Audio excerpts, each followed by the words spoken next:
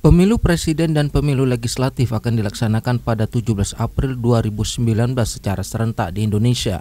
Berkaca pada pengalaman 5 tahun lalu, pemilu kali ini diharapkan dapat berjalan sesuai aturan dan hukum yang berlaku. Keinginan untuk mewujudkan pemilu yang bersih, jujur, transparan, serta berkualitas perlu didukung semua elemen masyarakat.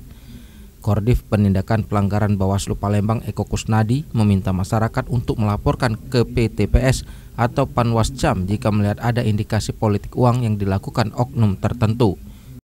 Dalam hal ini masyarakat yang menggunakan hak pilihnya nanti, baik itu pemilih milenial maupun pemilih yang memang sudah berhak itu, kiranya untuk melaporkan apabila ada indikasi dugaan money politik yang terjadi di daerah mereka ke pengawas PTPS yang sudah kami bentuk atau kepada PPL atau Panwascam yang ada di mereka.